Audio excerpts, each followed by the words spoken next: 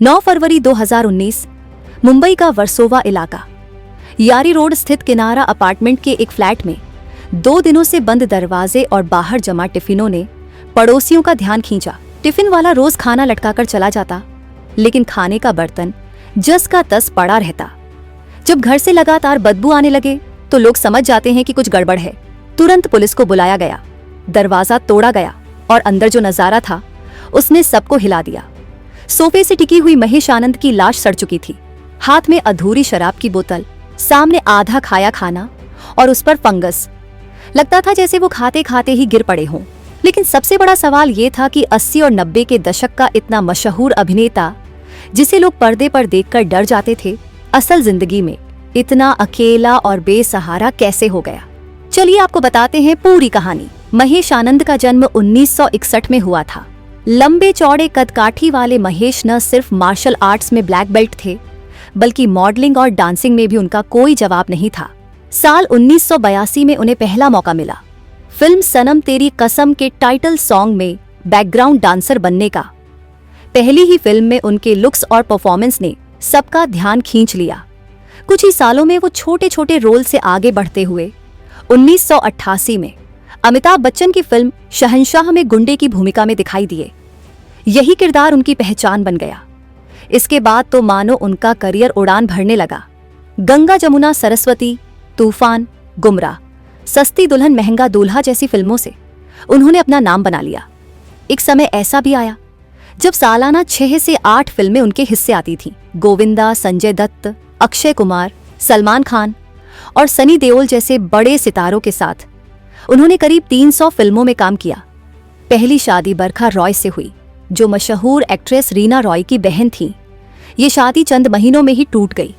दूसरी शादी 1987 में Miss India International Erica Maria D'Souza से हुई। उनसे उन्हें एक बेटा भी हुआ, त्रिशूल। लेकिन मारिया बेटे को लेकर विदेश चली गईं और उन्होंने बेटे का नाम बदलकर एंथोनी वोहरा कर दिया।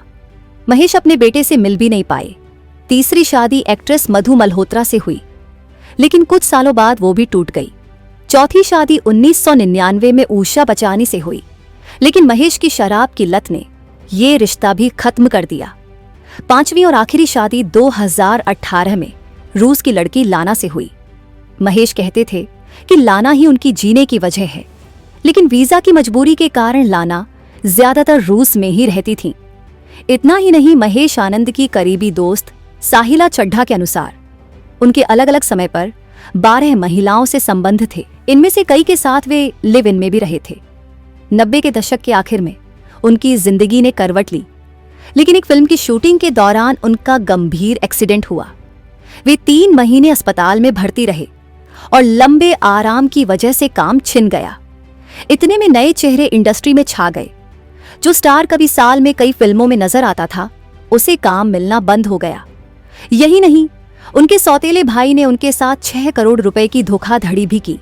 बची खुची जमा पूंजी इलाज और कर्ज में चली गई। वो आर्थिक तंगी और डिप्रेशन में डूबने लगे।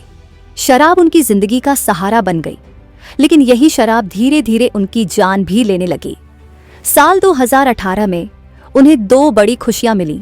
पहली, लाना से शादी, जिससे उन्हें लगा कि जिंदगी फिर से पटरी पर आ जाएगी। दूसरी, जब डायरेक्टर पहलाज निहलानी ने उन्हें गोविंदा की फिल्म रंगीला राजा में रोल दिया। भले ही रोल सिर्फ 6 मिनट का था, लेकिन महेश के लिए ये उम्मीद की किरण थी। उन्होंने कहा, रोल 6 मिनट का हो या 1 मिनट का फर्क नहीं पड़ता। आपने मुझे याद किया, यही मेरे लिए दूसरा जन्म है। फिल्म जनवरी 2019 में रिलीज हुई, लेकिन बॉक्स ऑफिस पर बुरी तरह फ्लॉप हो गई और सिर्फ 22 दिन बाद महेश आनंद का शव उनके अकेले फ्लैट से मिला। जब पुलिस ने फ्लैट का दरवाजा तोड़ा तो अंदर का नजारा किसी फिल्मी सीन से कम नहीं था। खाना, शराब की बोतल और बगल में गिरा हुआ शरीर। पोस्टमार्टम रिपोर्ट में ये नेचुरल डेथ बताई गई, यानी उन्होंने आत्महत्या नहीं की थी। सबसे चौंकाने वाली बात यह थी कि उनकी लाश 2 दिन तक घर में पड़ी रही और किसी को खबर भी नहीं लगी। यहां तक कि उनकी बॉडी कई दिनों तक अस्पताल में रही, लेकिन कोई लेने नहीं आया। आखिरकार रूस में मौजूद उनकी पत्नी लाना ने बॉडी क्लेम की और अकेले ही उनका अंतिम संस्कार करवाया। इंडस्ट्री के कुछ लोग जरूर पहुंचे, लेकिन वो भी तब जब खबर मीडिया में आ चुकी थी